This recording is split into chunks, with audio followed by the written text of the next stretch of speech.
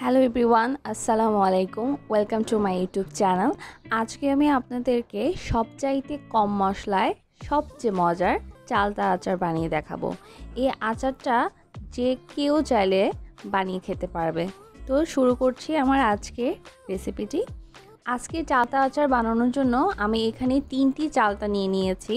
প্রথমেই আমি চালতার খোসাগুলোকে খুব ভালো মতো ছিলে নিচ্ছি এবং পরিষ্কার করে ছোট ছোট করে কেটে নিচ্ছি।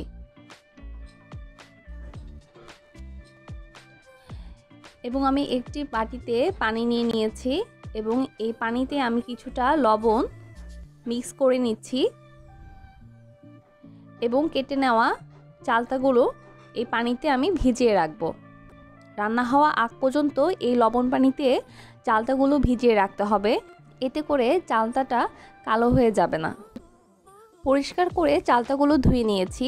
এবার একটি হাঁড়িতে আমি চালতাগুলো দিয়ে দিচ্ছি এবং দিচ্ছি স্বাদ মতো লবণ এবং বেশ কিছুটা পানি দিয়ে এই চালতাগুলোকে আমি ভালো মতো সেদ্ধ করে নেব। খুব ভালো মতো একটু সময় লাগবে, কিন্তু অবশ্যই খুব ভালো মতো সেদ্ধ করে নিতে হবে।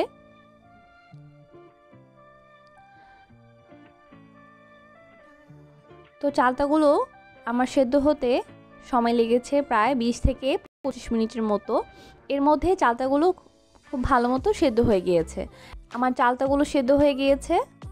এবার আমি বাড়তি পানিগুলো ফেলে দিচ্ছি এবং সেদ্ধ করা চালতাগুলোকে আমি একটু থেতলো করে নিচ্ছি।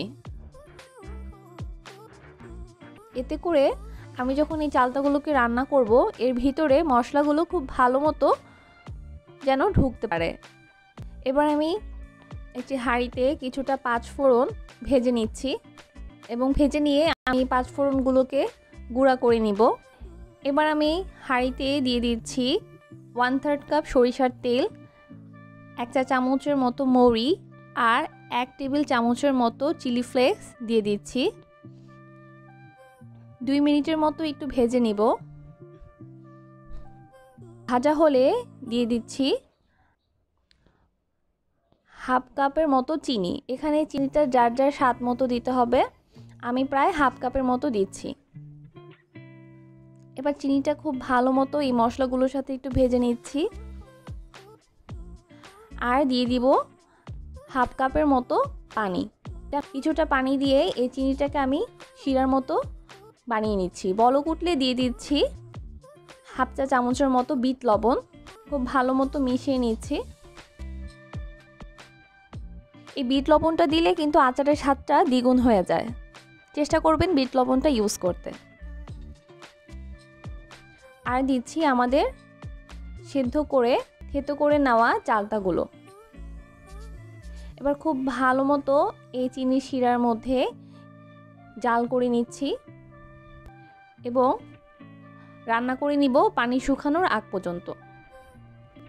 খুবই সহজে এই আচারটি আপনারা বানিয়ে নিতে পারবেন। এবং নামানোর আগে দিয়ে দিচ্ছি ভেজে গুঁড়া করে নেওয়া পাঁচফোড়নগুলো।